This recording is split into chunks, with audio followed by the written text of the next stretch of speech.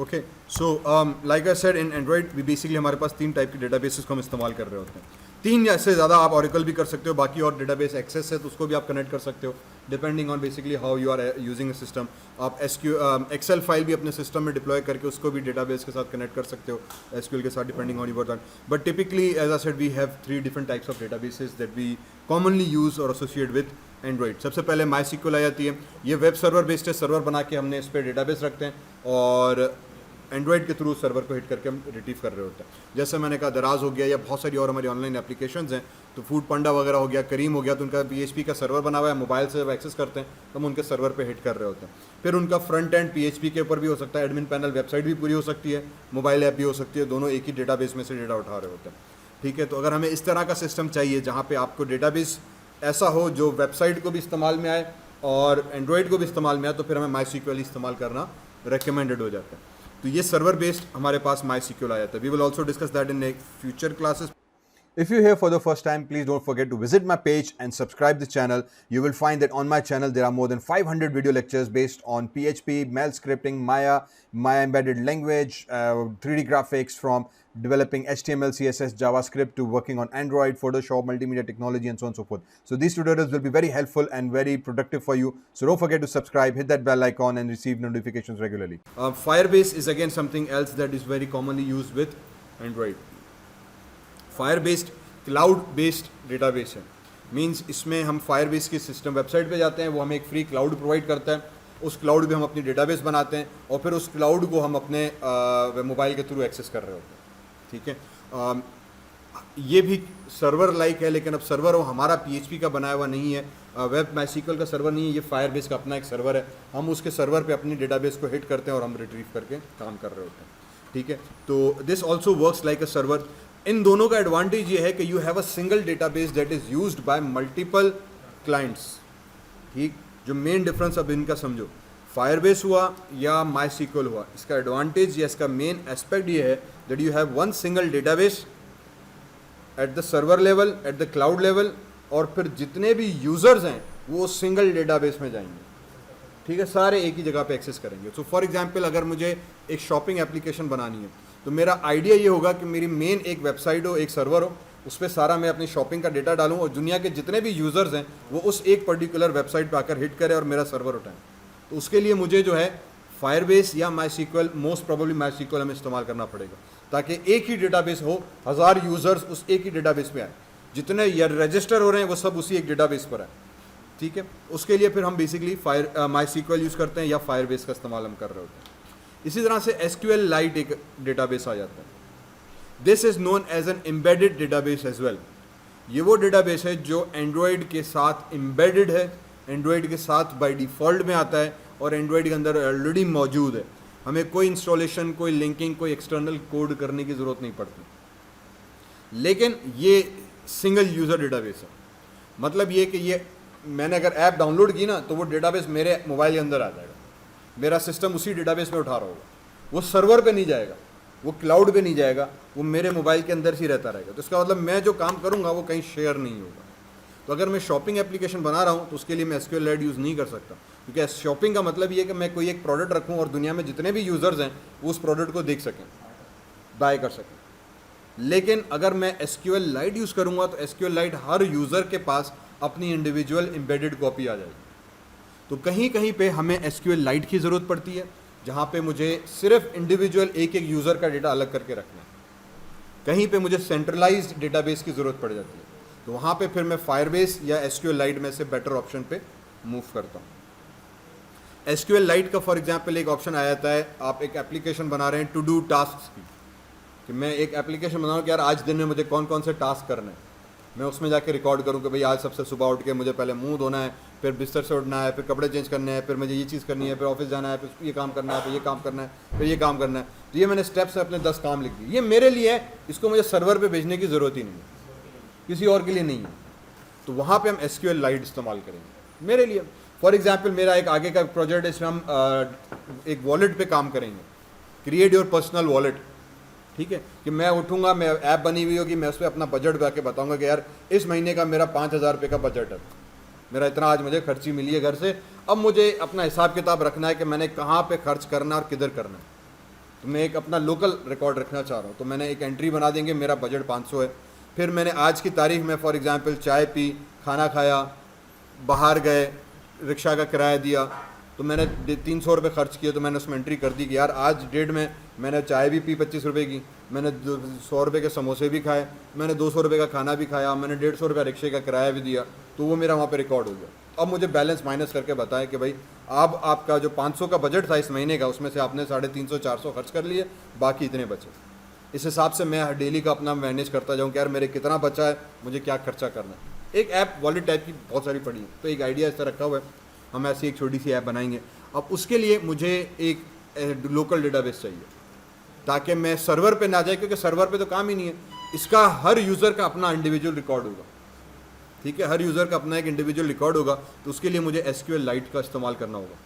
इसका सबसे main advantage हमारे पास ये आ जाता है कि it is a very light weight, very fast database, क्योंकि सिस्टम में ऑलरेडी एम्बेड की हुई है, आपको कोई इंस्टॉलेशन, कोई थर्ड पार्टी प्लगइन नहीं करना पड़ता, कोई पैकेज अलग से इंस्टॉल करना नहीं पड़ता, और लोकली होती है, तो ये बहुत फास्ट है, बहुत रिलायबल है, ठीक है, बहुत लाइट वेट है, बहुत फास्टली इसकी ट्रांजेक्शन होती है, ट्रैफिक भी नहीं आती, सिंगल यूज़र है तो हमारे पास बहुत आराम से काम हो रहा होता है, ठीक है।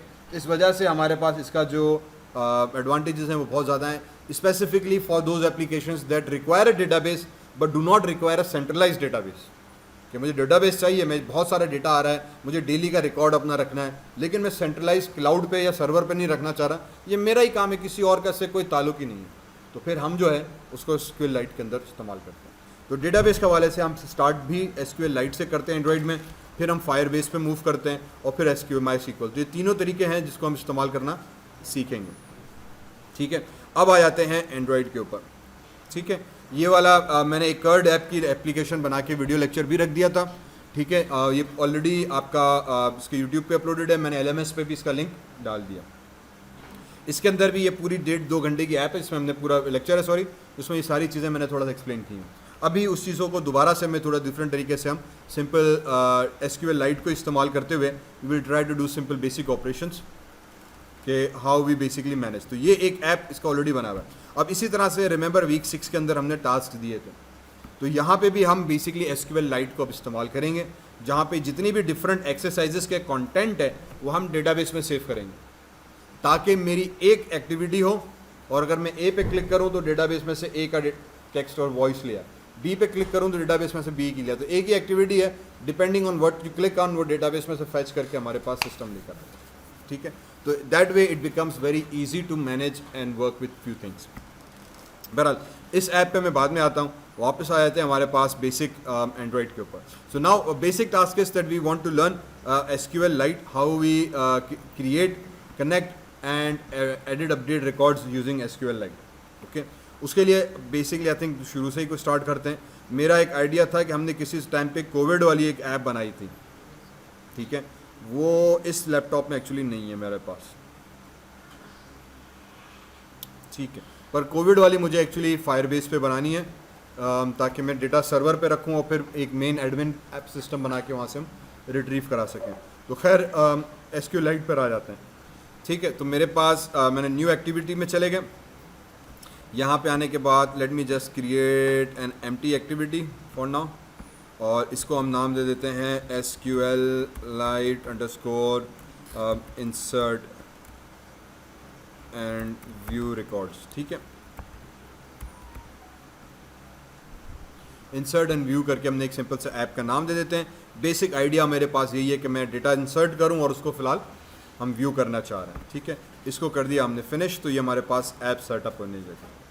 अब SQLite के लिए बेसिकली आइडिया ये होता है कि आप एक SQL की हेल्पर क्लास क्रिएट करें, उस क्लास के थ्रू आप डेटाबेस में डेटा टेबल्स पहले क्रिएट करके उसका स्ट्रक्चर बताएं, फिर उसमें आप इंसर्ट क्यूरी करके आप डेटा को इंसर्ट करें, व्यू क्यूरी से आप रीड करें। Because this is an embedded database, by that we mean के SQLite आपकी एंड्रॉयड के साथ ऑलरेडी एम्बेड की हुई है, ठीक है। तो हमें इसके और कुछ टेंशन की ज़रूरत ही नहीं होती, बड़ी आराम से बड़ी इजीली यूज़ हो जाती है, okay. So let's just wait few seconds. तो हमारे पास ये ऐप आ गई। वेरी क्विकली मैं क्या करता हूँ, इसके ऊपर जाके जो है इसको थोड़ा सा ऊपर उठा के हम रख लेते हैं, एट्रीब्यूट्स में चले जाते हैं इसकी, और इसके एट्रीब्यूट्स में जाके जहाँ पे टेक्स्ट हेलो वर्ल्ड लिखा है मैं यहाँ पे लिख लेता हूँ SQLite इंसर्ट व्यू, ठीक है जी। और नीचे आके इसका मैं फ़िलहाल थोड़ा सा जो फ़ॉन्ट है भाईजान का फ़ॉन्ट हम बड़ा कर लेते हैं। कहाँ गया मेरे पास फ़ॉन्ट इसका, यार सर्च कर लेते हैं मेरे भाई, खुल जा सेम टेक्स्ट साइज आ गया, ठीक है जी। यहाँ पे आके हमने 25 SP कर देते हैं। तो SQLite इंसर्ट व्यू टेक्स्ट का हमारे पास क्यूरी आ गई। अब बेसिक आइडिया ये है कि once you come inside your text, तो यहाँ पे मैं प्लेन टेक्स्ट का एक बटन बना दूंगा। तो इसको उठाया मैंने, क्लिक एंड ड्रैग करके यहाँ पे रखा, ये मेरे पास मेरा नेम आ गया, इसका थोड़ा फील्ड मैंने कर दी बड़ी।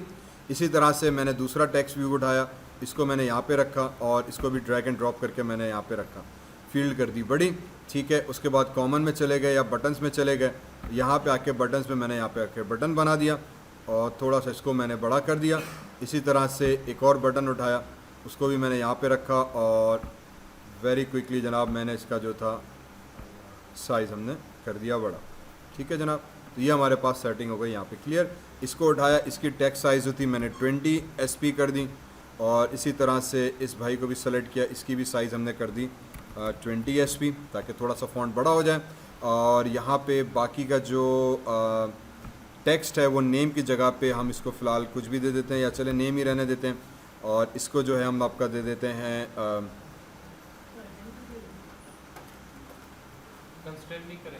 सॉरी मैं भी कर देता है, कंस्ट्रेंट भी कर देते हैं यहाँ पे। फॉर एग्जांपल हम यहाँ पे दे देते हैं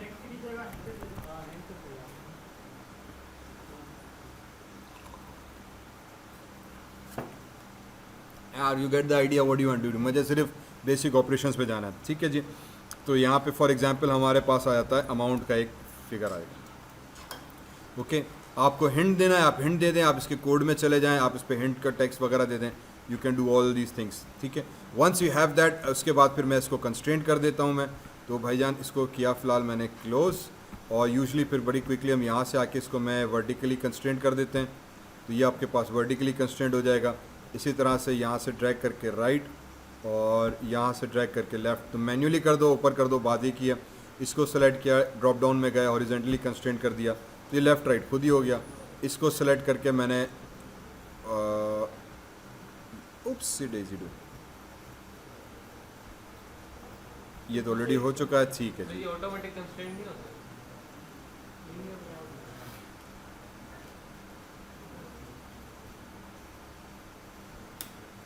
ठीक है। और उसके बाद मैं इसको नहीं, ऑटोमेटिकली आपको करना पड़ता है ना कंस्ट्रेंट लेआउट के अंदर। अगर आप, अरे यार ये ठीक है जी। तो ये मेरे पास बटन बन गए वेरी क्विकली। इसके ऊपर हमने पहले भी बहुत सारी बातें की हुई हैं, सारी चीज़ें एक्सप्लेन की हुई हैं। तो मेरे पास सिंपल सा मेन्यू सिस्टम आ गया। अब आइडिया सिंपली ये कि मैं कंट्रोल Z,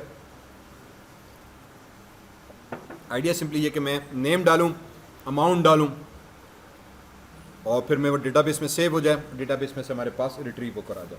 इसके लिए अब डेटाबेस के लिए हम सबसे पहले क्या करेंगे कि आप आ जाओगे अपनी मेन java.com.insert view जो पैकेज है, राइट क्लिक किया, न्यू में गए और एक जावा क्लास बना दी, ठीक है। इसका यूजुअली हम नाम दे देते हैं DB helper, database helper class, ठीक है। अब इसके थ्रू बेसिकली हम डेटाबेस के साथ कनेक्ट भी करते हैं और इसके अंदर हम कुछ फंक्शन लिखेंगे जिसके तहत हम डेटाबेस में से रीड राइट ऑपरेट वगैरह सारे फंक्शंस क्रिएट करते हैं। इसको पहले डेटाबेस बताने के लिए मैं कर दूंगा एक्सटेंड्स और यहाँ पे आ जाएगा SQLite ओपन हेल्पर, ये वाली,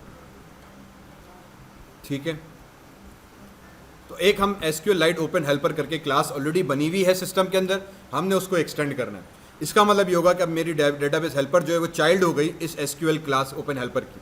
अब जैसे आप ओपन लिखोगे ऑटोमेटिकली इसका इंपोर्ट स्टेटमेंट आपके पास ऐड हो जाएगा, import android.database.sqlite open helper.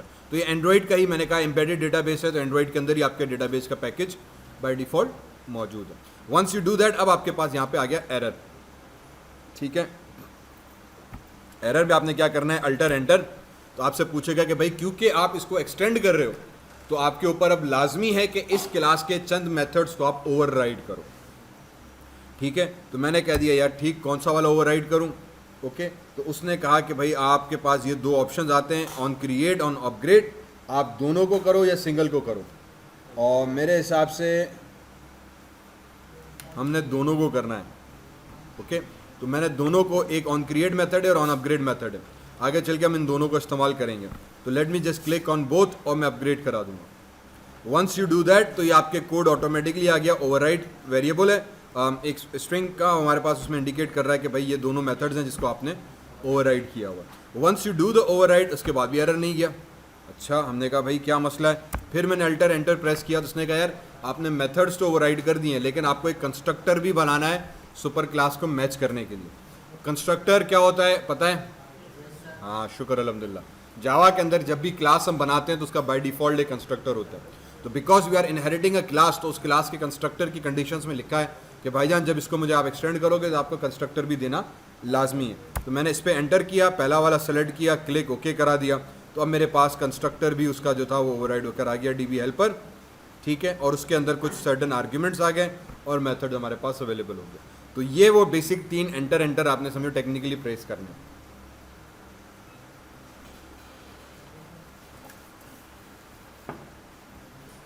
Okay, उसके बाद अब डीबी हेल्पर के अंदर कुछ चीज़ें लिखी हुई हैं, string name, SQL database, cursor factory, integer version. Initially हमें इसकी ज़रूरत नहीं है, हम इसको हटा देते हैं। ओके, इसी तरह से फिर आपके पास आ जाता है सुपर। तो ये सुपर को कॉल कर रहा है इन्हीं 3 नाम के साथ, ये तीनों नाम मैंने सुपर के अंदर से भी हटा दिए और I think this should do the trick.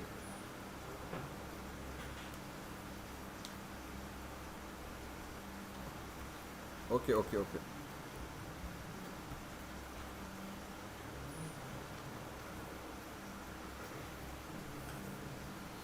ठीक है। अब सुपर को ये कह रहा है कि यार मुझे 3-4 चीज़ें चाहिए, फिलहाल इसको मैं नहीं हटा रहा। कॉन्टेक्स्ट नेम, तो यहाँ पे हम दे देते हैं नेम हमारी डेटाबेस का, डीबी नेम टेस्ट, तो ये मेरी डेटाबेस का नाम आ गया। फिर यहाँ पे वो ये कह रहा है कि फैक्ट्री, यूजुअली मुझे इसका नहीं पता, हम इसको नल कर देते हैं। और आप कौन सा वर्जन यूज़ कर रहे हो, तो हमने इसको कह दिया कि भैया तुम्हारा जो वर्जन है वो 1 वाला आ जाएगा। ठीक है, तो ये अब हमारे पास सुपर का कॉल क्रिएट हो गया। इसमें बाकी कुछ चीज़ें लिखी थी वो आप रहने भी दे सकते हो। मैंने जो एक ट्यूटोरियल फॉलो किया था उसमें उसने कहा भाई इसको हटा दो, आपके लिए आसानी हो जाएगी, हमने इसको हटा दिया, सिर्फ कॉन्टेक्स्ट नेम रहने दिया डीबी हेल्पर के अंदर। फिर इसका जो सुपर मेथड था उसको यही कॉन्टेक्स्ट वेरिएबल पास किया, फिर डेटाबेस नाम दिया, फैक्ट्री नल कर दी, वर्जन हमने 1 कर दी।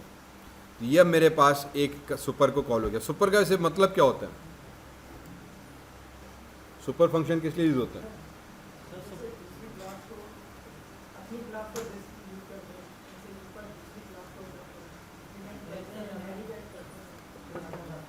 सुपर बेसिकली 2 जावा के अंदर फंक्शंस हैं, एक सुपर एज अ कीवर्ड कर करें, एक सुपर एज अ फंक्शन कर करें। सुपर कीवर्ड अपने सुपर पेरेंट के ऑब्जेक्ट को रिफर करता है, सुपर फंक्शन जो है वो अपने पेरेंट क्लास के सेम फंक्शन को जो है कॉल कर रहा होता है। तो यहाँ पे जब आप सुपर ब्रैकेट्स लगा के लिख रहे हो तो इसका मतलब ये कि जो मेरी पेरेंट क्लास है मैं उसके मेथड को कॉल कर रहा हूँ डिफ़ॉल्ट कंस्ट्रक्टर पे। तो यहाँ पे ये आपकी पेरेंट क्लास होगी, उसके डिफ़ॉल्ट कंस्ट्रक्टर को कॉल करेगा, ये 4 आर्ग्यूमेंट उसको पास कर देगा। तो सुपर जावा का एक फंक्शन है which is basically use to call your method of your parent class, default constructor of your parent class.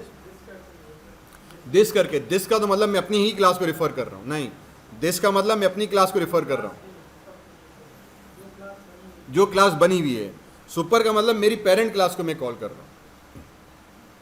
ये हम रिफ़र करते हैं कि फॉर एग्जांपल मैंने ये ऑन क्रिएट मेथड बनाया, ये हमने ओवरराइड किया, लेकिन यही ऑन क्रिएट मेथड अब एसक्यूएल के अंदर भी मौजूद है।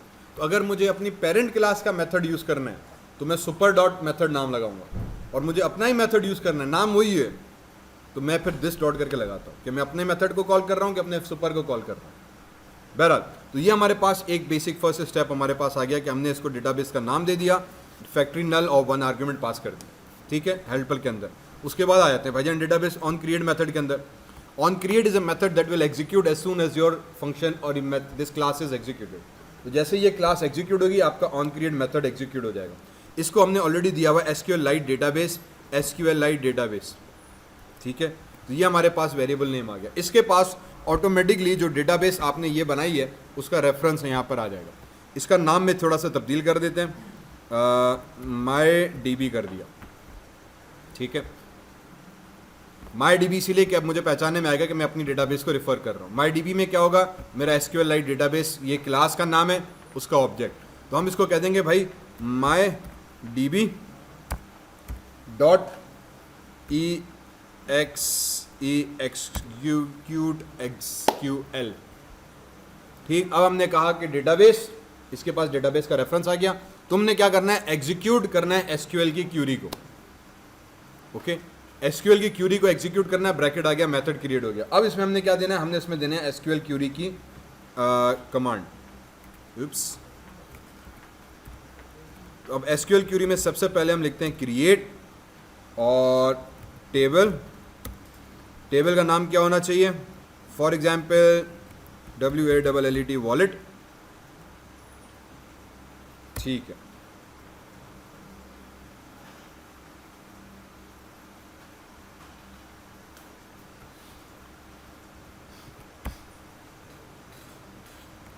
ओके, ठीक है जी। अब इसको हमने एग्जीक्यूट क्यूरी देनी है। अब कोई भी डेटाबेस की क्यूरी हमें एग्जीक्यूट करनी है तो उसका मेथड है एग्जीक्यूट SQL। अब क्योंकि first time on create method execute होगा तो सबसे पहले मुझे डेटाबेस बनानी है। तो हमने कह दिया भाई डेटाबेस बनाओ, क्रिएट करो एक टेबल वॉलेट के नाम से। डेटाबेस का नाम हम यहाँ पे ऑलरेडी देकर आए, तो उसको वो यहाँ से उठाएगा, वो बोलेगा भाई क्या करना हो। मैंने कहा CREA, ये क्यों आगे पीछे हो गई कुदरत खुदा की।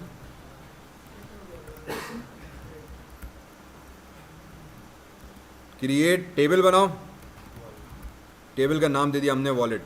यूजुअली मेरी आदत रहती है कि हम वॉलेट कैपिटल में दे देते हैं, तो मुझे याद रहता है कि यार ये टेबल का नाम आ गया। आपकी मर्जी, आप कैसे भी दे सकते हो। उसके बाद फिर मैंने क्या करना है, ब्रैकेट स्टार्ट की, ब्रैकेट क्लोज की, ठीक है। अब मुझे इसमें टेबल के कॉलम्स ऐड करने हैं, तो हम कॉलम्स ऐड करेंगे इस तरह से कि भाई एक आ जाएगा नेम, उसका हो जाएगा टेक्स्ट और कॉमा, फिर एक आ जाएगा हमारे पास अमाउंट, ये हमारे पास हो जाएगा फॉर एग्जांपल NUMBER नंबर,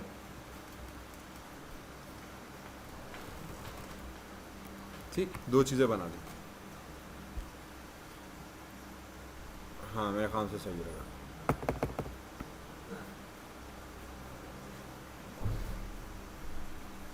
ठीक है बस। तो अब क्या हुआ, डेटाबेस में जाओ, एग्जीक्यूट क्यूरी करो। क्यूरी में हमने क्या डाल दिया कि क्रिएट टेबल वॉलेट और ब्रैकेट स्टार्ट ब्रैकेट क्लोज। उसमें दे दिया कि एक का नाम रखा हमने नेम, इसका फॉर्मेट होगा टेक्स्ट में। एक का नाम रखा हमने अमाउंट, इसका फॉर्मेट होगा हमने नंबर में, स्पेस सेपरेटेड। तो ये हमारी क्यूरी एक एग्जीक्यूट यहाँ पे। उसके बाद आ जाते हैं ऑन अपग्रेड में। जी कर सकते हैं, अभी तो स्टार्टिंग है, ठीक है। अभी मैं एक्चुअली कोड से बता रहे हैं, टेक्निकली फिर हम इंटरफेस से जाके बनाते हैं तो उसमें फिर ज़्यादा क्या नहीं करते। वरना हर दफ़े ये अगर 100 टेबल्स बनानी है आपको, एक ही टेबल क्यूरी से लिखोगे तो बंदा फंस जाता है, ठीक है। तो आगे फिर इसका एक्चुअली इंटरफेस टूल्स मिलते हैं जिसके तहत हम डेटाबेस को, जैसे MySQL की डेटाबेस एक्सेस की जाती है ना, तो उसका पूरा इंटरफेस आता है, हम उसके थ्रू कर रहे होते हैं। SQL वर्कबेंच है फॉर एग्जांपल, एक सॉफ्टवेयर, इसमें नहीं चल रहा, जहाँ तक मुझे याद पड़ा नाम यही था उसका, ठीक है। SQL वर्कबेंच, SQL वर्कबेंच करके एक सॉफ्टवेयर है, उसके थ्रू फिर हम टेबल बनाते हैं MySQLite की, और फिर वो इसको असाइन कर देते हैं, ठीक है। तो उससे ये होगा कि आप टेबल बहुत आसानी से, तो फिर उसमें आप 10 रिकॉर्ड्स, कॉलम, सारे लेंथ वेंथ, प्राइमरी की, यूनिक की कौन सी है, कंपोजिट की क्या करना है, वो सारे फीचर्स आप उसमें से बड़े आराम से दे सकते हो। तो ऑन क्रिएट किया, जब मेथड क्रिएट हो तो फ़ौरन आपने ये क्यूरी एग्जीक्यूट करनी है, टेबल बना देनी है। अगर टेबल ऑलरेडी बनी हुई होगी तो ये कुछ भी नहीं करेगा, अगर टेबल नहीं होगी तो ये नए सिरे से बना देगा। यहाँ पे आ गए ऑन अपग्रेड। ऑन अपग्रेड में मैंने क्या कर दिया, ऑन अपग्रेड में अगर आप जाओगे तो आपके पास वही चीज़ मिलेगी, SQLite डेटाबेस और SQL, इसका भी नाम मैं MyDB कर देता हूँ। नाम चेंज करने से कोई फ़र्क नहीं पड़ता, मुझे सिर्फ पहचानने में आसानी होती है कि भाई मैं अपनी डेटाबेस को यूज़ कर रहा हूँ। इसको भी मैंने SQL क्यूरी एग्जीक्यूट क्यूरी दे दिया, ठीक है। और इसको मैंने नाम दे दिया ड्रॉप टेबल, ठीक है, इफ एग्जिस्ट, EXISTS एग्जिस्ट, और यहाँ पे आ जाएगा DB नहीं वॉलेट, ठीक है बॉस। ऑन अपग्रेड एक मेथड है, उसके अंदर हमने क्यूरी डाल दी कि अगर नेक्स्ट टाइम जब ये मेथड एग्जीक्यूट होगा तो ये एक दफ़ा क्रिएट हो चुकी है, तो नेक्स्ट टाइम ऑटोमेटिकली अपग्रेड पे जाएगा। अपग्रेड में अगर ये टेबल ऑलरेडी एग्जिस्ट करती है तो कुछ भी नहीं करो, ड्रॉप कर दो, टेबल नहीं बना हुआ। मैंने कहा ठीक है, ये दो ऑपरेशन हमारे पास डिफॉल्ट में आ गया। Once this two operations are complete means एक में हमने टेबल बना दी, एक में हमने कंडीशन लगा दी कि अगर आपको टेबल मिल रही है तो ड्रॉप कर दो, नई टेबल नहीं बनाओ, पुरानी टेबल का ही डेटा आपने इस्तेमाल करना। ठीक, तो ये दो चीज़ें पहला स्टेप में हो गई। हमने DB हेल्पर बनाया, उसके अंदर हमने SQLite ओपन हेल्पर करके उसको एक्सटेंड किया, हमारे पास कोड यहाँ तक आ गया। Now what we need a method called public boolean insert record, ठीक है, और इस इंसर्ट रिकॉर्ड को हमें चाहिए होगा string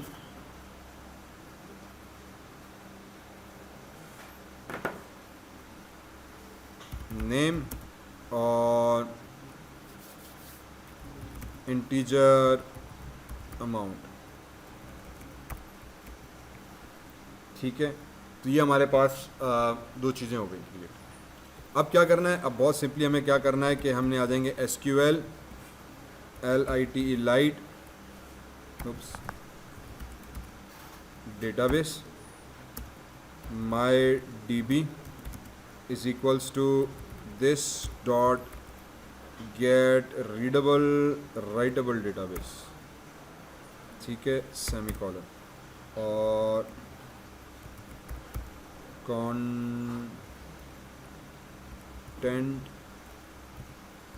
values my record is equals to new content values, ठीक। मैं अभी समझाता हूँ कि मैं कर क्या रहा हूँ। माई रिकॉर्ड इज डॉट पुट करो नेम कॉमा अमाउंट,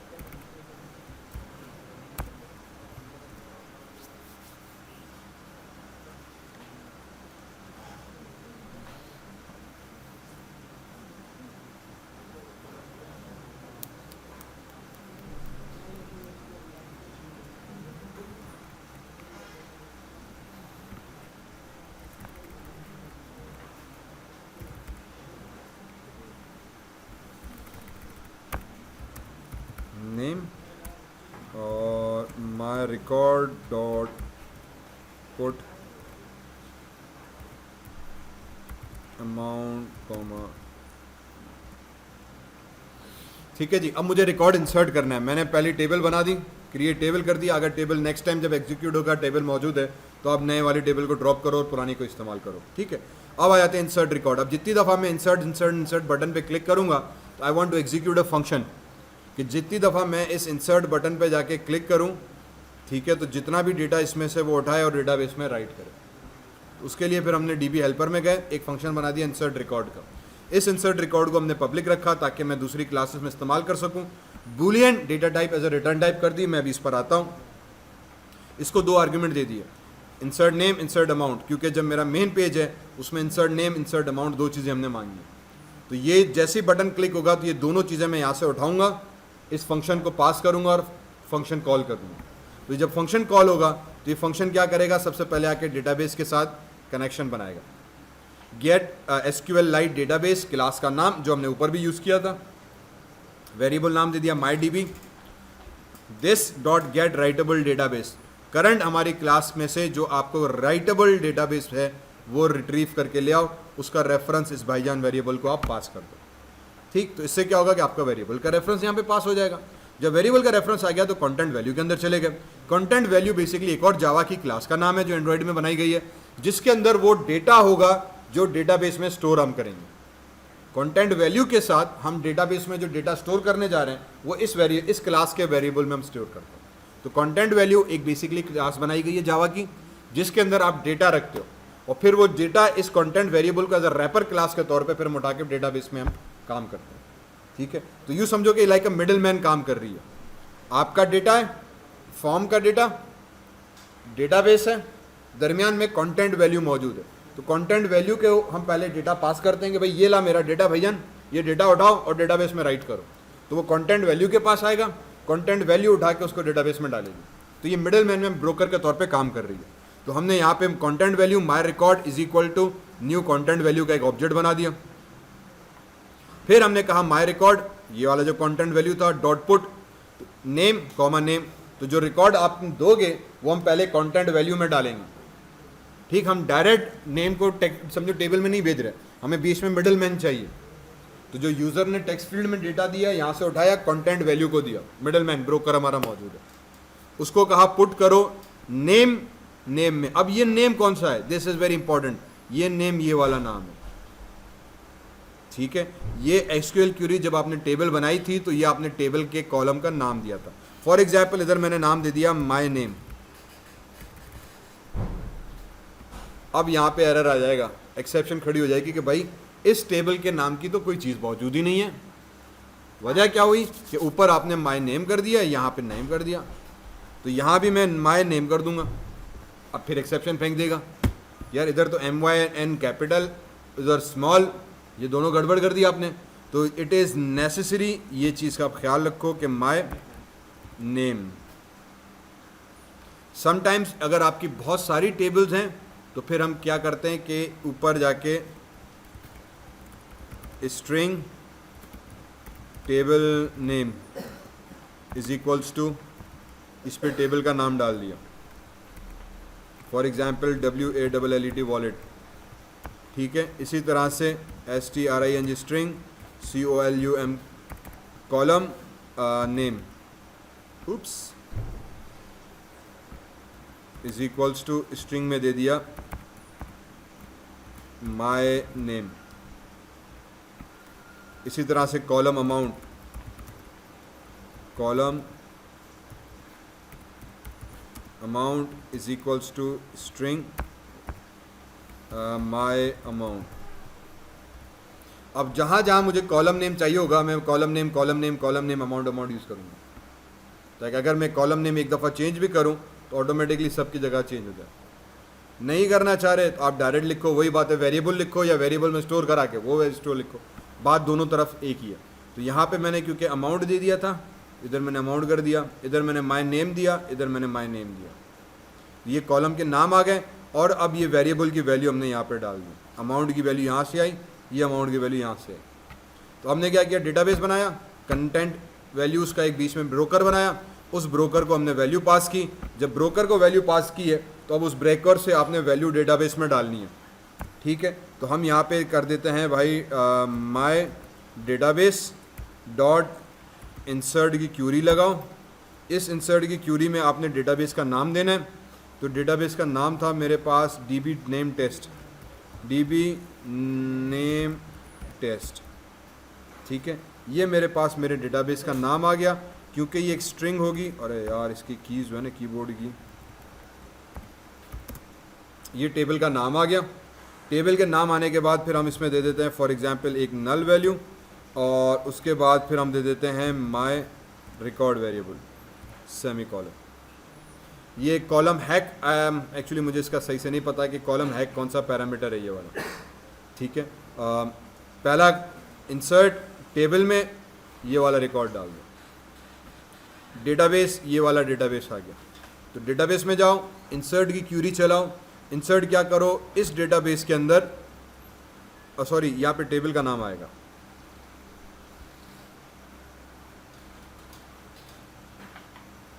हाँ यहाँ टेबल का नाम आएगा। टेबल का नाम क्या था मेरे पास, WALLET वॉलेट। ठीक है, टेबल का नाम आ गया। या अगर मैं यहाँ से वेरिएबल यूज़ कर रहा हूँ तो मैं सिंपली यहाँ पे दे दूंगा टेबल नेम। ठीक है जी, तो ये टेबल नेम आ गया। तो जो भी नाम इसमें सेव होगा वो इस टाइम में आ जाएगा। बात एक ही है। अब नल ये कॉलम हैक कर करे कुछ उसकी चीज़ फिर इसको हमने रिकॉर्ड दे दिया, इसका मतलब आपका रिकॉर्ड एग्जीक्यूट हो गया। अब हमें पता कैसे चले कि भाई रिकॉर्ड इंसर्ट हुआ नहीं हुआ, तो उसके लिए हम क्या करते हैं कि एक लॉन्ग वेरिएबल ले लेते हैं, उसको दे दिया res is equals to and यहाँ पे हम कंडीशन लगा लेते हैं भाई इफ रिजल्ट जो है इज इक्वल्स टू -1 है तो आप रिटर्न कर दो फॉल्स, एल्स रिटर्न कर दो आप ट्रू। ठीक, लॉन्ग एक डेटा टाइप हमने यूज़ किया, वेरिएबल दिया और फिर इसके आगे लगा दिया। अब बेसिकली db.insert क्या करेगा कि जब रिकॉर्ड इंसर्ट करता है, अगर रिकॉर्ड सक्सेसफुली इंसर्ट हो गया तो ये +1 से लेके कोई भी नंबर देगा जितने रिकॉर्ड्स आपने इसमें इंसर्ट किए। अगर 100 डेटा जा रहा है एक टेबल के अंदर, 100 रोज हैं, तो ये 100 रिटर्न करेगा कि मैं 100 रिकॉर्ड्स मैंने इंसर्ट कर दी। अगर नहीं कर पाया, डेटाबेस का नाम गलत, कॉलम का नाम गलत, कॉलम की स्पेलिंग गलत, कोई भी इशू आ सकता है, रिकॉर्ड इंसर्ट नहीं हो रहा, तो ये -1 रिटर्न करेगा, ये वाला फंक्शन इंसर्ट। वो -1 हमने लॉन्ग वेरिएबल के अंदर स्टोर करा दिया। ठीक, फिर कंडीशन लगाई कि भाईजान अब चेक करो कि अगर इसके अंदर इक्वल्स -1 आ जाए, इसका मतलब डेटाबेस में डेटा नहीं गया। ठीक, अब क्या करेंगे, अब हम कर देंगे रिटर्न फॉल्स। रिटर्न क्यों फॉल्स? क्योंकि मैंने यहाँ पे रिटर्न टाइप बूलियन लगाई हुई है। रिटर्न टाइप का मतलब ये कि जब ये मेथड एग्जीक्यूट होगा उसके नतीजे में कुछ न कुछ ऑपरेशन परफॉर्म होगा। ऑपरेशन परफॉर्म करने के बाद ये पर्टिकुलर मेथड हमें कोई वैल्यू रिटर्न कर कर जवाब की सूरत में देगा। तो हमने कहा जवाब दो मुझे ट्रू या फॉल्स। अगर डेटा सही हुआ तो ट्रू, नहीं हुआ तो फॉल्स दो। अब हमें पता है कैसे चले कि ट्रू या फॉल्स देना है, तो यहाँ पे ये छोटी सी ट्रिक है। तो इससे हम अपने स्ट्रक्चर को, ट्रांजैक्शंस को सक्सेसफुल बनाते हैं। यार वाकई डेटा सेव हुआ कि नहीं हुआ। तो जब मैं इंसर्ट रिकॉर्ड का मेथड अब जहाँ भी कॉल करूँगा, मुझे पता होगा कि बूलियन मेथड ट्रू या फॉल्स रिटर्न होगा। मैं वहाँ पे कंडीशन लगा के चेक करूँगा कि अगर ट्रू आया सक्सेसफुली इंसर्टेड, अगर फॉल्स आया तो मतलब डेटा इंसर्ट नहीं हुआ, कोई ना कोई गड़बड़ हो गई। बात समझ आई? तो यहाँ पे हमने कंडीशन लगाई, बस इतना सा कोड। अब लॉजिक क्या बैठी, जितनी भी फील्ड्स आपको डेटाबेस में राइट करानी है, यहाँ पे आप पूरा फॉर्म बना दो, पूरा शजर नसब आप बंदे से मांग लें भाई, नाम, मता, पता, दादा, फादर, परदादा, सारी डिटेल्स आप ले लें यहाँ पे। जब वो इंसर्ट करे या सबमिट करे या सेव का ऑप्शन क्लिक करे, तो आपने डीबी की एक हेल्पर फाइल बनाई, इसमें हमने इंसर्ट मेथड कॉल होगा। तो ऑन क्लिक पे अब मेरा इंसर्ट ये वाला मेथड कॉल होगा। अब जब मैं ऑन क्लिक करूंगा तो ये मेथड में कॉल करूंगा। जब ये मेथड कॉल होगा तो इसको आर्ग्यूमेंट्स के तौर पे क्या चाहिए, जितना शजर नसब आपने फॉर्म पे दिया था वो सारा फॉर्म से रीड करो, इस मेथड को एज आर्ग्यूमेंट के तौर पे आप पास कर दो। तो आर्ग्यूमेंट के तौर पे जब मेथड को पास हो गया तो वो उठा के डेटाबेस में राइट कर देगा। तो डेटाबेस कनेक्ट किया, बीच में ब्रोकर भाई बनाया, ब्रोकर भाई में पुट करा दी सारी वैल्यूज एक एक एक एक एक एक करके।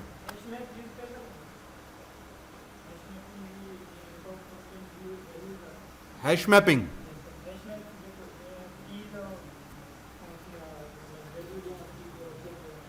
यहां पे बेसिकली वही चीज की हुई है। जब पुट करते हैं ना तो ये आपकी की हो गई, ये आपकी वैल्यू हो गई। की हम टेक्निकली कॉलम का नेम रखते हैं, वैल्यू उसकी मेन वैल्यू रख रहे हो। तो ये बैकएंड पे हैश मैप ही है। ठीक है, जो जावा के अंदर अगर आपने डेटा स्ट्रक्चर जावा का पढ़ा है तो वहाँ पे हैश मैप और हैश की का एक कॉन्सेप्ट आता है, हैश टेबल जिसे हम कहते हैं स्पेसिफिकली। तो हैश टेबल में हमारे पास जो डेटा स्टोर होता है वो हैश मैप के थ्रू, जिसमें की और एलिमेंट का कॉन्सेप्ट आता है। तो पुट एंड गेट का मेथड यूज़ करते हैं। तो ये वही चीज़ एग्जैक्टली की है। तो ये as a content values hash map के थ्रू बनाया गया, जिसमें आप डेटा एज ए ऑब्जेक्ट की सूरत में रख रहे हो, वो पूरा ऑब्जेक्ट उठा के फिर आप डेटाबेस में डाल रहे हो। सब बनी हुई है, ये बनी हुई है। इसमें हम अपनी भी बना सकते हैं हैश मैप, ठीक है, लेकिन अभी तो बेसिक सीधा हलवा है, इजी करके खाओ। हजरत अंग्रेज ने बना के रख दी, भैया आप कंटेंट वैल्यू के अंदर जाओ, सब चीज़ें हैश मैप के थ्रू पुट किया, ये की हुई, ये उसका एलिमेंट हुआ, ये की हुई, ये एलिमेंट हुआ। डेटाबेस की नज़र में ये कॉलम का नाम, ये कॉलम की वैल्यू, ये कॉलम का नाम, ये कॉलम की वैल्यू, वो पुट करवा दी हमने माई रिकॉर्ड में, माई रिकॉर्ड हमने डेटाबेस में इंसर्ट करा दिया। तो ये खुद ही फिर अब इंसर्ट मेथड एक एक वैल्यू को रीड करेगा, कॉलम नेम से मैच करेगा, उसकी वैल्यू कॉलम में डाल देगा। अब ये जब इंसर्ट करेंगे ना तो ऑटोमेटिकली की उठाएगा, नेम, नेम का है भाई, नेम में डालो, अमाउंट, अमाउंट का है, अमाउंट में डालो, फादर नेम में डालो, डिस्क्रिप्शन में डालो, वो की और वैल्यू को खुद ही अलग अलग करके सारी बैकएंड की कोडिंग हजरत अंग्रेज ने हमारे लिए ऑलरेडी करके रख ली। हमारा काम इतना था कि डेटाबेस में डेटा इंसर्ट कराया, डेटा इंसर्ट हो गया। ठीक है, अब इसी तरह से वेरी क्विकली एक मेथड बना लेते हैं व्यू का, रीड कराने का। ठीक है, तो मैं यहाँ पे आ जाता हूँ पब्लिक, और इसको हम कर देते हैं वॉइड व्यू रिकॉर्ड। ठीक है, अब व्यू रिकॉर्ड के लिए बहुत सिंपली कहानी मुझे जो करनी है वो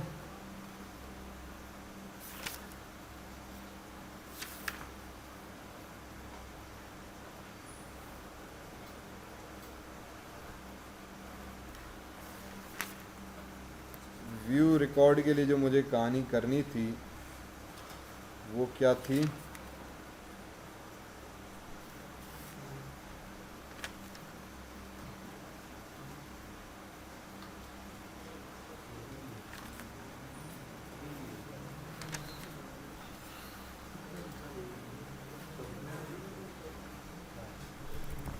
ठीक, कर्सर व्यू रिकॉर्ड, और फिर हम SQLite डेटाबेस पे दोबारा बना देंगे। माई DB कर दिया is equals to this dot get, readable कर देते हैं, राइटेबल कर दिया, मैं फ़िलहाल इसी को उठा रहा हूँ, आई थिंक रीडेबल भी हो सकता है। उसके बाद हम इसमें आ जाएंगे cursor current record is equals to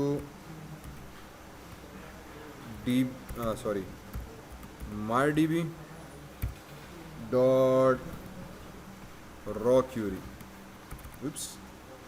ठीक है, और इस रॉ क्यूरी में हम डाल देंगे SELECT सेलेक्ट स्टैटिक फ्रॉम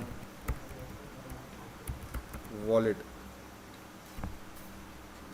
ये चीज़, और कंडीशन फ़िलहाल हमने नल कर दी।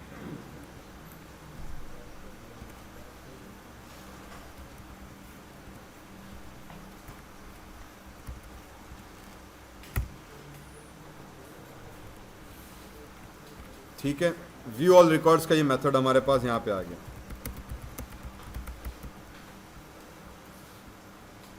और व्यू ऑल रिकॉर्ड्स में हमने क्या किया कि एक कर्सर यूज़ किया, मैं कर्सर को भी एक्सप्लेन करता हूँ।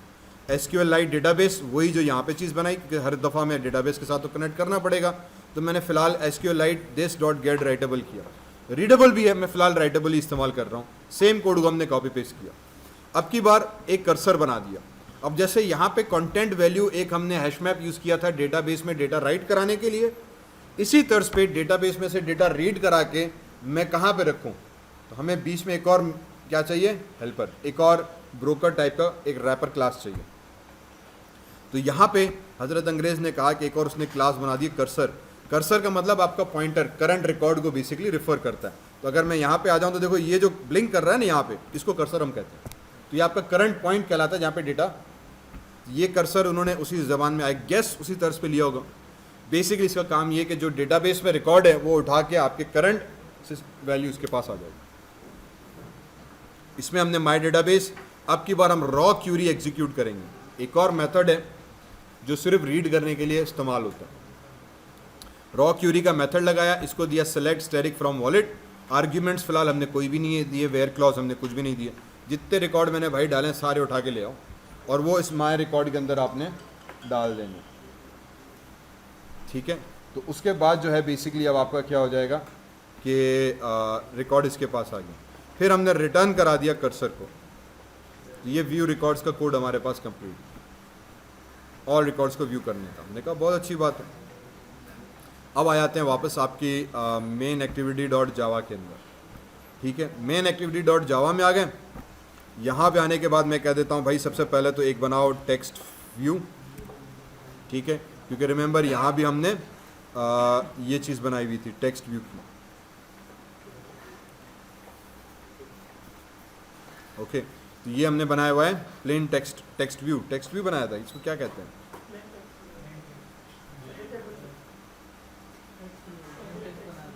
Edit text. ठीक है, और इसकी आईडी जो है वो इस टाइम ये कुछ रखी है एडिट टेक्स्ट पर्सनल नेम। तो मैं यहाँ पे कर देता हूँ txt नेम, आईडी ज़रा इज्जत से बना देते हैं, ठीक है। इसको रिफैक्टर कर दो। अमाउंट की जो आईडी थी इसको सेलेक्ट किया, इसको भी मैंने कर दिया txt अमाउंट, क्लिक कर दो आप, ओके, ठीक। तो हमने आईडीज़ यहाँ से अपडेट कर दी ताकि मैं इसको आराम से पहचान सकूँ। ये हमने प्लेन टेक्स्ट का ऑब्जेक्ट बनाया था। यहाँ पर आ जाते हैं, इसको मैं इन्फॉर्मेशन दे देता हूँ कि भाई मेरा जो प्लेन टेक्स्ट था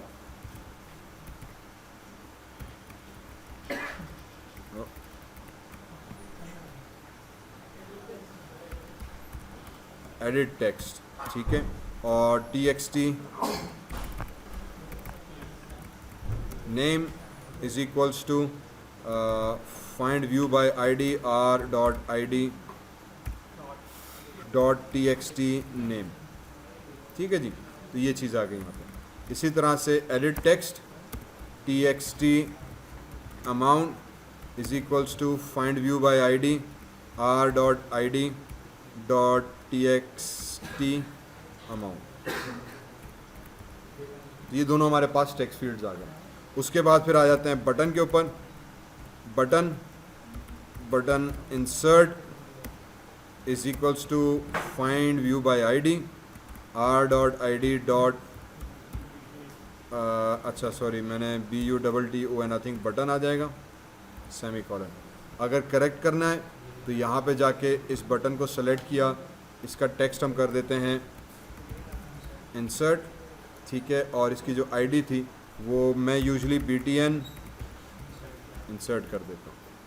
इसको कर दो रिफ्रैक्टर, दूसरा ये वाला आ जाएगा। इसको बटन की जगह पे हमने कर दिया व्यू, और इसकी आईडी जो थी BTN व्यू कर दिया हमने, ठीक है जी। इंसर्ट पे चले गए और ये हम आ जाएगा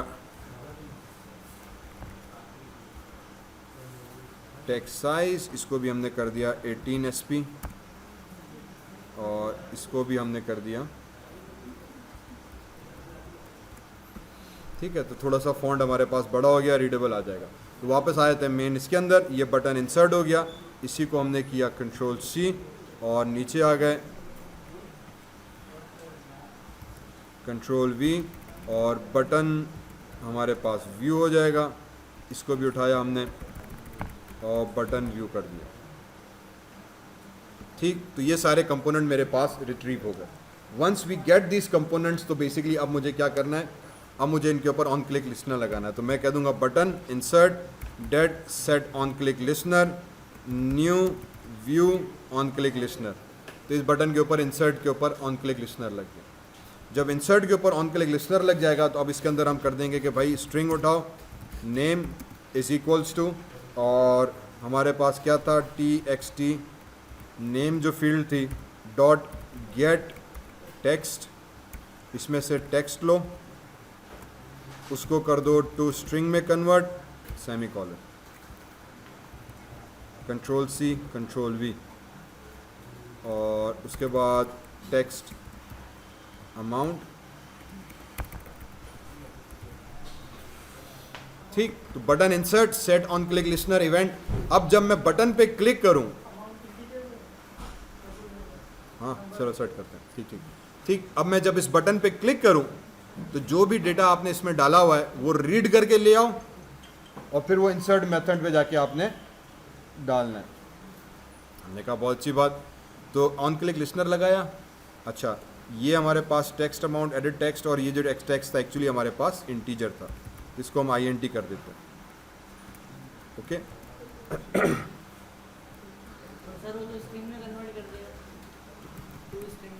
तो हटा दिया to string method, get text, और आई थिंक अगर इफ़ आई एम करेक्ट तो इसमें आ जाएगा INTE इंटीजर, अरे यार INTEGR integer dot parse INT, और स्ट्रिंग ये चीज़। क्यों भाई क्यों भाई क्यों भाई,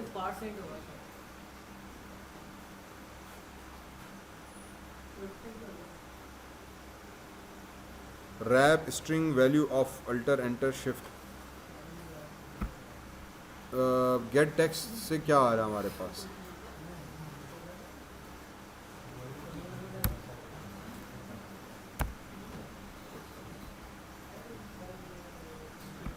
ठीक है, उसने खुद ही कर दिया मेथड सॉल्व। लेट्स होप ये काम करे, मुझे डाउट हो रहा है इस पर। सॉरी, इसीलिए इंटीजर मैंने इसीलिए किया कि जो मैंने फील्ड बनाई है मैंने यहाँ पे अमाउंट लेना है, ठीक है। तो मेरा इरादा ये कि मैं इसको नंबर में लूँ।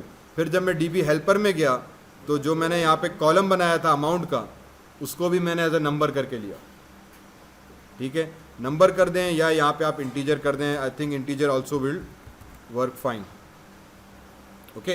तो यहाँ पे आप जब इसको इंटीजर कर देंगे, अगर आप इसको टेक्स्ट कर रहे हो फिलहाल आसानी के लिए, तो फिर तो काम मेरा भी आसान है, ठीक है। अगर आप टेक्स्ट कर दोगे तो ये भी स्ट्रिंग टेक्स्ट हो गया, ये भी स्ट्रिंग टेक्स्ट हो गया।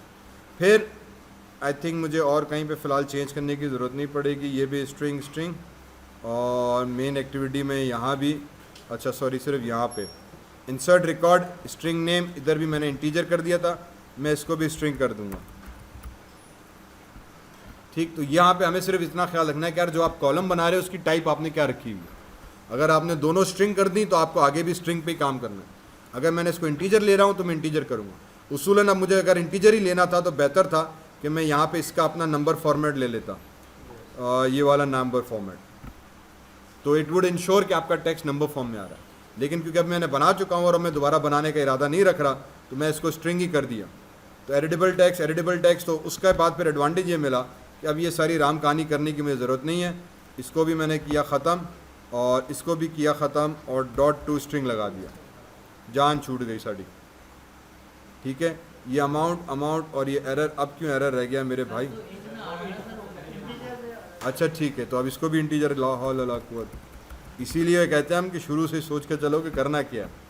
हमारी तरह ना उड़ते तीर लोगे तो ऐसा ही होगा फिर, ठीक। तो हमने दोनों को स्ट्रिंग कर दिया, जान छूटी हमारी। वंस यू डू दैट, उसके बाद फिर अब हमें क्या करना है,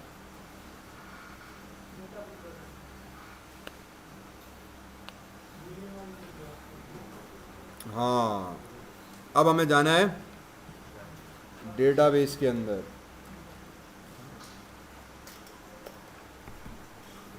तो यहाँ पे आके मैं बनाऊंगा DB helper, my DB helper is equals to new DB helper और सेमीकोलन, ठीक है। और इसको हम पास कर देंगे दिस,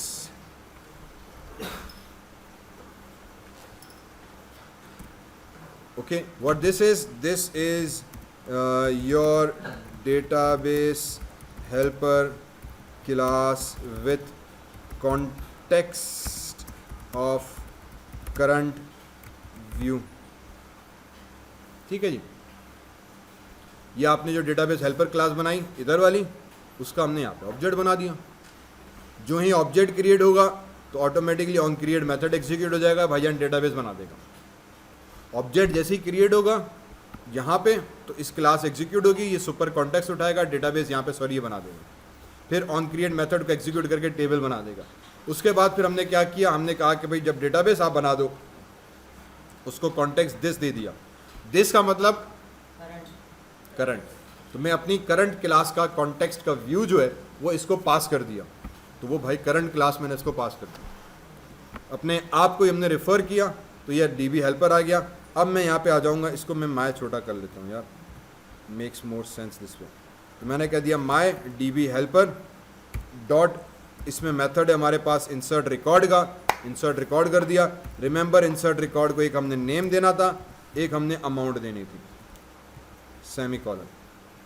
इंसर्ट रिकॉर्ड क्या था, हमारा अपना अभी का अभी बनाया हुआ मेथड जी रहा।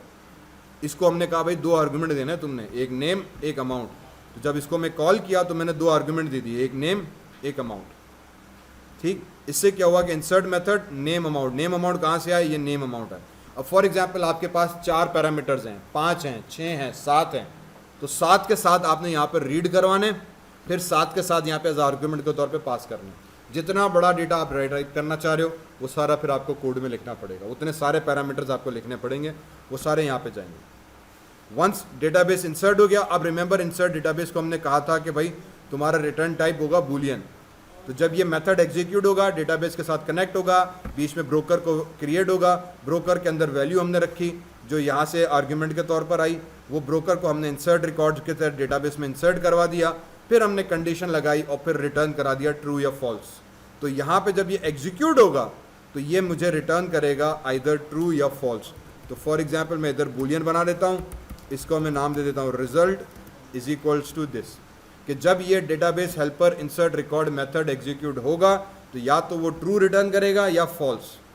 अब इधर मैं कंडीशन लगा लेता हूँ भाई, इफ जो मेरा रिजल्ट है इज इक्वल्स टू ट्रू, तो तुमने क्या हरकत करनी है, ठीक है। एल्स अगर फॉल्स हो गया तो तुमने क्या हरकत करनी है, ठीक। अगर मैं यहाँ पे फिर सिंपल मैसेज लगा देता हूँ टोस्ट का, टोस्ट डॉट मेक टेक्स्ट, ठीक है, और इसको हम दे देते हैं और क्या चीज़, for example main activity dot this, या simply this get context variable हम दे देंगे।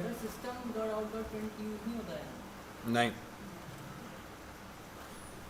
System dot out dot println जो मेथड है बेसिकली वो जावा के अंदर कंसोल में प्रिंट करने के लिए, ठीक है, CMD के ऊपर। यहाँ पे मैंने इसे ट्राई नहीं किया, शायद होता हो, क्योंकि इसका भी टर्मिनल तो है हमारे पास। तो अगर आप system dot out dot println करो तो शायद प्रिंट हो सकता है, वरना हम लोग होता है, किया है, मैंने नहीं किया यार, अगर होता है तो एक्सीलेंट, क्योंकि जावा कोड है तो होना चाहिए, ठीक है। That's a good thing, try कर लूँगा मैं भी किसी टाइम पर। न्यू रिकॉर्ड इंसर्टेड, ओके जी, और फिर TOST toast dot length long. अच्छा, इसी की तरफ यूजली हम लॉग पे जाते हैं और लॉग के थ्रू फिर हम रीड करते हैं कि आपका डेटा क्या रहा, ओके। इवेंट लॉग भी हमारे पास, जहाँ से इवेंट्स के लॉग आते हैं, और दूसरा इवेंट लॉग में यहाँ पे जाके वर्बोस लॉग्स या डीबग लॉग वगैरह हम अपने क्रिएट करते हैं। फिर लॉग के ऊपर भी हम आउटपुट प्रिंट करा के चेक कर सकते हैं कि क्या चीज़ आ रही है। मैंने आई बिलीव एक ट्यूटोरियल के अंदर इसको किया हुआ है। इसको हम कर देते हैं डॉट शो, ये मेरे पास डॉट शो हो जाएगा। तो अगर रिकॉर्ड सक्सेसफुली इंसर्ट हो गया तो मेक टोस्ट कर दे कि भाई रिकॉर्ड मैंने तुम्हारा सही से अंदर डाल दिया, Ctrl+C, अदरवाइज एल्स में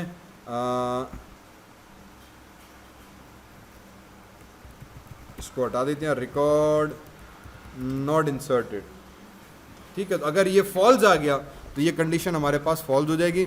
इसका मतलब क्या आना चाहिए भाई, इसका मतलब ये कि आप यहाँ पे एल्स में आ जाए, रिकॉर्ड नॉट इंसर्ट किया, सिंपल एज दैट। वंस ये चीज़ हो गई आपका कोड खलास। उसके बाद क्या करना है, उसके बाद नीचे आ जाओ, व्यू रिकॉर्ड। व्यू रिकॉर्ड के लिए हमने दिया था बटन, व्यू के ऊपर जब यूज़र क्लिक करे तो उसके ऊपर इवेंट ड्राइव करे set on click listener. Set on click listener में हमें पता है कि हम new view on click listener लगा देते हैं, तो ये मेरे पास ऑन क्लिक लिस्नर आ गया कि जब मैं व्यू बटन पे क्लिक करूं तो क्या करें। तो जब मैं व्यू बटन पे क्लिक करूं तो मेरे पास एक अलर्ट मैसेज जनरेट कर दे, और वो अलर्ट मैसेज हमने जनरेट कराना है कर्सर के through. Cursor result is equals to जो माय डेटाबेस हमने बनाई थी helper dot view record method हमने कॉल करा दिया। अगेन वही वेरिएबल जो ऊपर हमने बनाया था डेटाबेस का, इसी को दोबारा पुकारा। भाई को हमने कहा यार अपना व्यू रिकॉर्ड वाले मेथड को बुलाओ, तो वो व्यू रिकॉर्ड वाले मेथड को बुलाएगा। जब व्यू रिकॉर्ड वाले मेथड को बुलाएगा तो ये डेटाबेस कनेक्शन बनाया, कर्सर करंट रिकॉर्ड डेटाबेस में गया और रॉ क्यूरी लगा के सारा डेटा ले आया और इस करंट कर्सर वाले रेफरेंस वेरिएबल को दे दिया। फिर हमने इसी वेरिएबल को रिटर्न कराया। तो रिटर्न भी हमने यहाँ पे भी टाइप रिटर्न कर्सर बताई कि जब ये मेथड एग्जीक्यूट होगा उसके नतीजे में जो रिकॉर्ड आपके पास आएगा वो डायरेक्टली नहीं आएगा, वो एक और रैपर क्लास कर्सर बनी हुई है उसके अंदर रिकॉर्ड पड़ा होगा। तो अब हमारा काम क्या होगा, मेन एक्टिविटी में इस कर्सर क्लास को हमने यहाँ पे भी लिखा, रिजल्ट किया, ताकि जब ये मेथड एग्जीक्यूट होगा तो ये MyDB रिजल्ट कर्सर के अंदर डाल देगा। अब हमें इस कर्सर में से डेटा रीड करा के डिस्प्ले कराना, ठीक है। फिलहाल मैं क्या करता हूँ, इफ़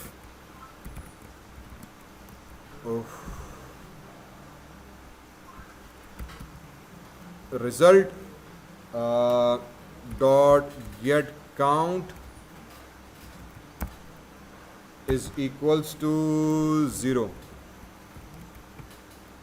ठीक है, एक कंडीशन लगा दी। अगर आपका रिज़ल्ट जो है भाईजान वो 0 आ रहा है तो आपने क्या करना है, ये टोस्ट मैसेज मैंने कॉपी किया, इसको पेस्ट कर देते हैं यहाँ पे। ठीक है, और यहाँ पे मैं मैसेज में डाल देता हूँ नो रिकॉर्ड फाउंड, कि भाई मुझे तो कोई रिकॉर्ड नहीं मिला आपका। अगर रिकॉर्ड मिल जाता है, और बस फिर यहाँ पे बल्कि एक चीज़ और कर देते हैं, एंड रिटर्न। ठीक है, इसका मतलब क्या होगा, कोड रिटर्न हो जाएगा वॉइड के पास, और रिटर्न में कुछ भी नहीं दिया।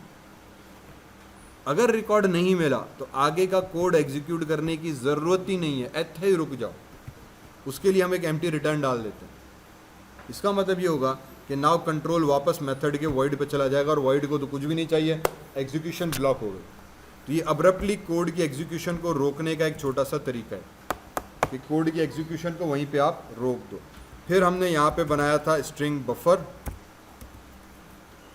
Data is equals to new string buffer का एक ऑब्जेक्ट। ठीक, अब स्ट्रिंग भी ले सकते हैं, स्ट्रिंग बफर यूज़ किए जावा में, पहले यूज़ किए जावा में स्ट्रिंग बफर क्लास।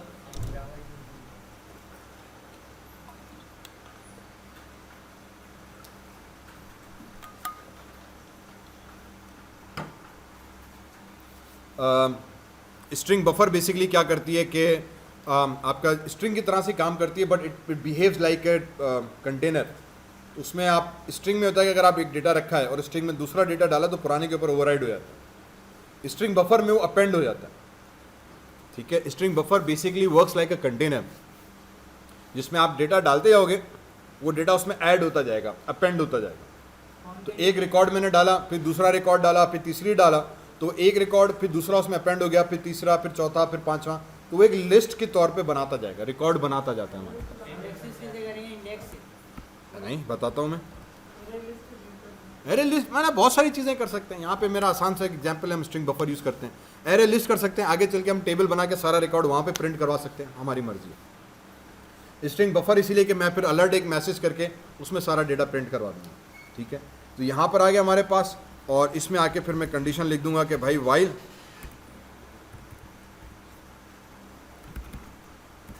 रिजल्ट में जाओ डॉट मूव टू नेक्स्ट। ठीक है, कर्सर क्योंकि कंटेनर है तो इसके अंदर सीक्वेंशियली सारा रिकॉर्ड मौजूद है। इसको हमने क्या कह दिया, इसको हमने कह दिया कि भाई आप मूव टू नेक्स्ट करो, डॉट कर दो, अपेंड कर दो।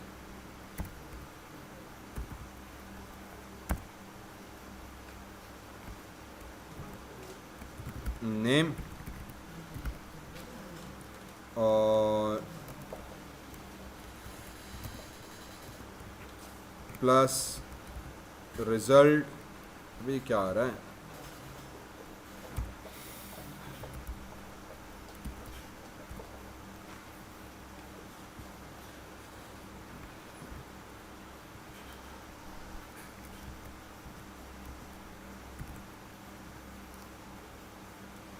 बैक स्लैश का है, back slash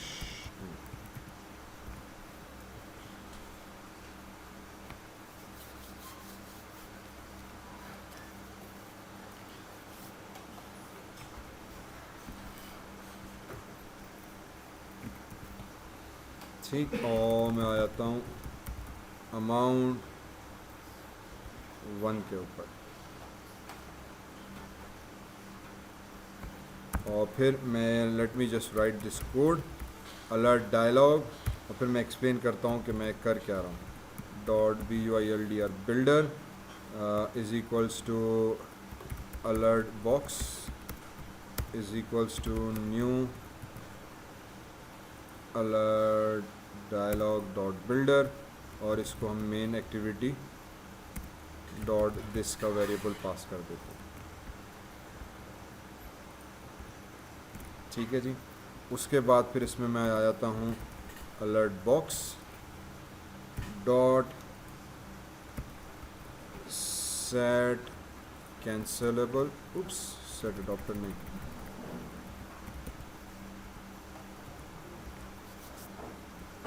true, alert box dot set title record,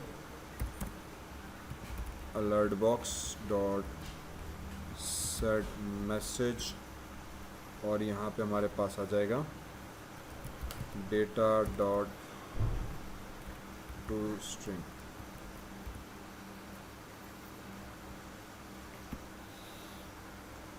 ठीक है, और फिर अलर्ट बॉक्स डॉट शो। चलें, और नाउ लेट मी री एक्सप्लेन। अब व्यू बटन का थोड़ा सा कोड हमने बढ़ा दिया, चेंज कर दिया। अब अगेन ये completely depends on to you how you want to display your content area. ठीक है, फिलहाल मैंने सिर्फ अलर्ट मैसेज में हमारा कंटेंट डिस्प्ले कराने की कोशिश की है। उसमें 2-3 चीज़ें कवर हो जाती हैं। अलर्ट बॉक्स का भी थोड़ा सा यूज़ आ गया, बफर का भी आ गया हमारे पास। हमने करना क्या है कि जब ऑन क्लिक पे क्रिएट हो तो रिजल्ट कर्सर के ऊपर जाए, सॉरी ऑन क्लिक पे क्लिक हो तो डेटाबेस डीबी हेल्पर में जाओ, वहाँ से व्यू रिकॉर्ड वाले मेथड को एग्जीक्यूट करो। जब व्यू रिकॉर्ड वाले मेथड को आप एग्जीक्यूट करोगे तो ये वाला मेथड हमारे पास एग्जीक्यूट हो जाएगा।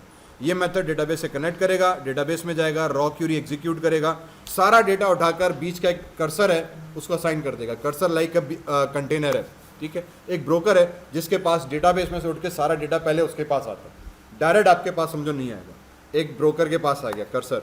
ठीक, हमने उस कर्सर को यहाँ पे कॉल किया कि भाई जैसी डेटाबेस आए वो सारा रिकॉर्ड इस कर्सर रिजल्ट के पास चला जाए। फिर रिजल्ट को पहले हमने चेक किया कि भाई क्या तुम्हारे पास कोई डेटा आया भी है कि नहीं है। हो सकता है कोई भी डेटा ना मिले, कोई इशू आ जाए, एरर आ जाए, करेक्शन आ जाए, तो हम हमेशा एरर चेकिंग ज़रूर रखते हैं। तो result dot get count is equal to 0। This basically means कि भाई अगर डेटा में काउंट 0 है, ये मेथड है बाय डिफ़ॉल्ट इसके अंदर मौजूद है गेट काउंट का। गेट काउंट का मतलब काउंट करोगे इसमें कितने रिकॉर्ड्स हैं। अगर 0 आ गया तो इसका मतलब भाईजान तेरे पास तो कुछ भी नहीं है, मैसेज दे दिया कि यार नो रिकॉर्ड फाउंड। अगर रिकॉर्ड 0 नहीं है तो फिर आप आगे आ जाओ। आगे आने के बाद हम क्या करेंगे, स्ट्रिंग बफर, एक जावा का बिल्ट इन स्ट्रिंग बफर का क्लास लिया। String buffer also works like a container, like a list. Advantage ये कि उसमें डेटा आप डालते जाओगे वो अपेंड होता जाएगा, मतलब एक रिकॉर्ड दूसरा तीसरा चौथा पांचवा वो उसमें अपेंड होता चला जाता है। ठीक है, अब मैंने क्या किया, रिजल्ट जो कर्सर था ये वाला, रिजल्ट कर्सर में गए, मूव टू नेक्स्ट। ठीक, तो इसके अंदर बाय डिफॉल्ट एक काउंटर लगा हुआ है। रिजल्ट लाइक अ लिस्ट है, एक कंटेनर है, तो हमने कहा यार पहला आइटम दो, दूसरा आइटम दो, तीसरा आइटम दो, चौथा आइटम दो। एग्जैक्टली, तो जैसे एक एरे की एसोसिएशन होती है, फाइल एसोसिएशन होती है कि हम रीड करते हैं तो line by line record read हो रहा है, तो लाइन बाय लाइन हमारे पास रिकॉर्ड रीड हो रहा है, तो इसीलिए हमने उसको लूप में रखा। लूप में रखना लाजमी है। वाइल और डू वाइल और फॉर और जैसे आपका दिल करे, नॉर्मली वाइल लूप इस्तेमाल होता है। वाइल रिजल्ट के अंदर नेक्स्ट एलिमेंट है, जब तक उसके अंदर अगला एलिमेंट है लूप चलता रहेगा, नेक्स्ट एलिमेंट आता रहेगा। वो नेक्स्ट एलिमेंट हम डेटा जो स्ट्रिंग बफर बनाया था डॉट अपेंड मेथड के तहत उसमें अपेंड करते जाएंगे। अपेंड क्या करना है, अब ये मेरी अपनी मर्जी है, मैं जो भी अपेंड करूँ। अब आपका अगर दिल नहीं कर रहा स्ट्रिंग यूज़ करने का, आप चाह रहे हो कि वहीं पे मैं डेटा दिखाऊं, तो फॉर एग्जांपल मैं यहाँ पे लगा दूंगा मेरा टेक्स्ट व्यू। ठीक है, फॉर एग्जांपल मैंने अपनी टेक्स्ट व्यू बना दी और dot set text, I think set text है ये, टेक्स्ट व्यू नहीं, हाँ सॉरी इसी का कर लेते हैं, txt amount dot set text. ठीक है, शॉर्ट टेक्स्ट करके जो टेक्स्ट मैंने यहाँ पे लगाया है वो टेक्स्ट में उठा के ये वाली स्ट्रिंग उठा के उधर डाल दूंगा, तो जो डेटाबेस में से रीड करके आएगा वो आपके फॉर्म के कंपोनेंट पे दिखा देगा। कोई भी कंपोनेंट हो, टेक्स्ट फील्ड हो, बटन हो, आप जो टेक्स्ट डेटाबेस में से रीड कर रहे हो वो किसी बटन पे दिखाना चाह रहे हो, मैं तो अभी बफर में डाल के फिर उसको लिस्ट में डाल रहा हूँ। आपने उस कंपोनेंट का नाम देना है, सेट टेक्स्ट कर देना है, और फिर उस सेट टेक्स्ट को अंदर ये वाला आर्ग्यूमेंट डाल देना है। सॉरी नहीं, आपने एरे की इंडेक्स दे दी। हाँ नहीं नहीं, ये तो एरे के अंदर ही मैंने डाला हुआ है ना।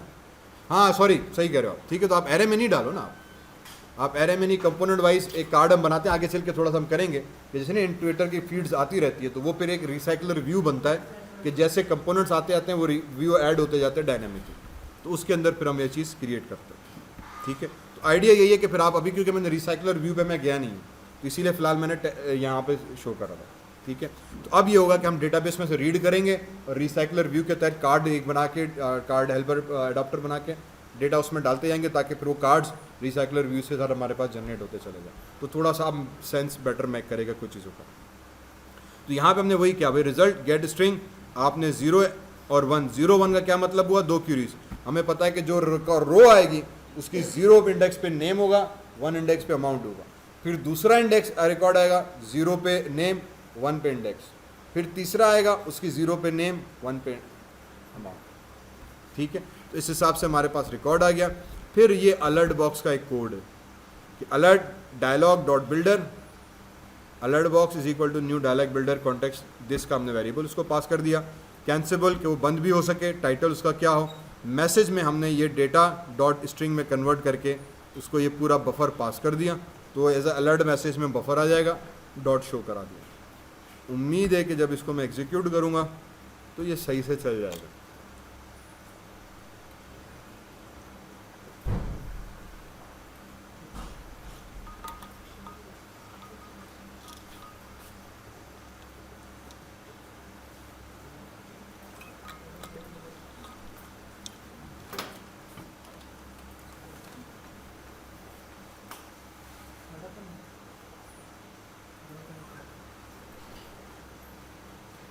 ठीक है जी, तो यहाँ पे आ गया। अब ये समहाउ मेरा जो एसक्यूएल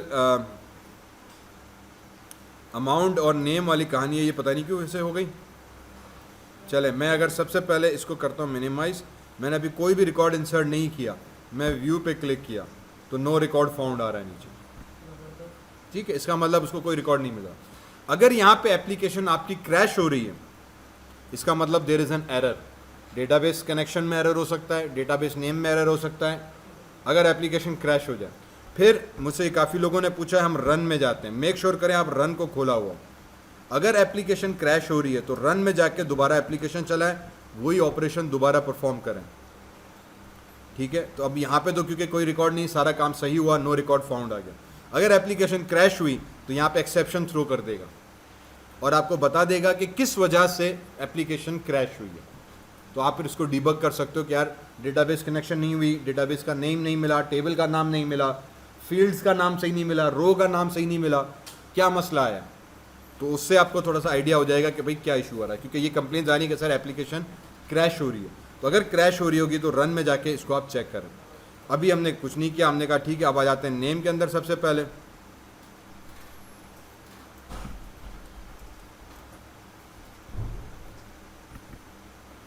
अमाउंट में मैं डाल देता हूँ फॉर एग्जाम्पल 1 2 3 4 5। ये एक दूसरे के ऊपर आ गया यार, आई थिंक मुझे कंस्टेंट सही करने पड़ेंगे। पहले तो नेम,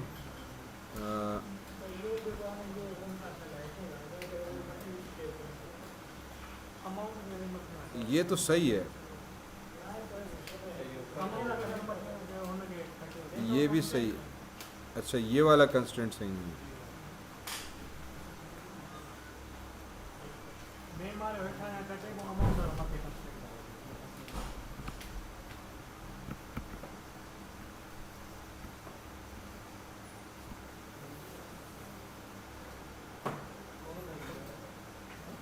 अब सही है, लेट मी ट्राई इट। ठीक है, अब सही हो गया। तो आ जाते हैं नेम के ऊपर, और नेम मैंने दे दिया भाईजान ये चीज़ 1 2 3 हमने दे दिया, और नीचे आके हम इसको कह देते हैं कि भाई इंसर्ट कर दो। न्यू रिकॉर्ड इंसर्टेड का बटन आ गया, इसका मतलब मेरा रिकॉर्ड जो है वो सक्सेसफुली इंसर्ट हो गया। अब मैं अगर व्यू पे क्लिक करूँगा तो ये अलर्ट मैसेज आ गया, नेम जीशान, अमाउंट 1 2 3 आ गया, मेरा रिकॉर्ड से इंसर्ट हो गया। ठीक, फिर मैंने इसको कर दिया बाहर क्लिक, फिर दोबारा व्यू पे क्लिक किया, फिर रिकॉर्ड आ गया। इसी तरह से अब मैं दूसरा रिकॉर्ड कर देता हूँ, फॉर एग्ज़ाम्पल अली, और इसका जो अमाउंट था वो हम कर देते हैं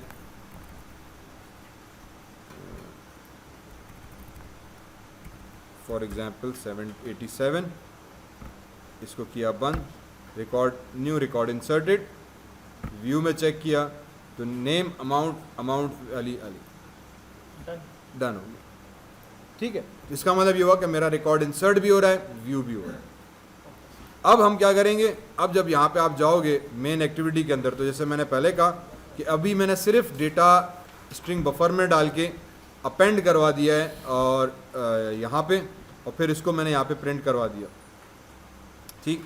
अगर आप स्ट्रिंग बफर यूज़ नहीं कर रहे तो हम टेक्स्ट अमाउंट एक कंपोनेंट बना सकते हैं, उस कंपोनेंट में जाके टेक्स्ट रख सकते हैं। तो यूजुअली फिर अब क्या होता है कि एक रिसाइकलर कार्ड व्यू या एक टेबल बना सकते हैं, या आप अपनी पूरी टेक्स्ट फील्ड एक बना दी कि एक एक रिकॉर्ड मुझे व्यू करना है, हो सकता है मैं सारे रिकॉर्ड व्यू ना करना चाह रहा हूँ, तो फिर अब वो आप फॉर्म बनाओगे, उस फॉर्म पे यही क्यूरी एग्जीक्यूट होगी, result gate string, zero index पे जो डेटा होगा वो ले आओ।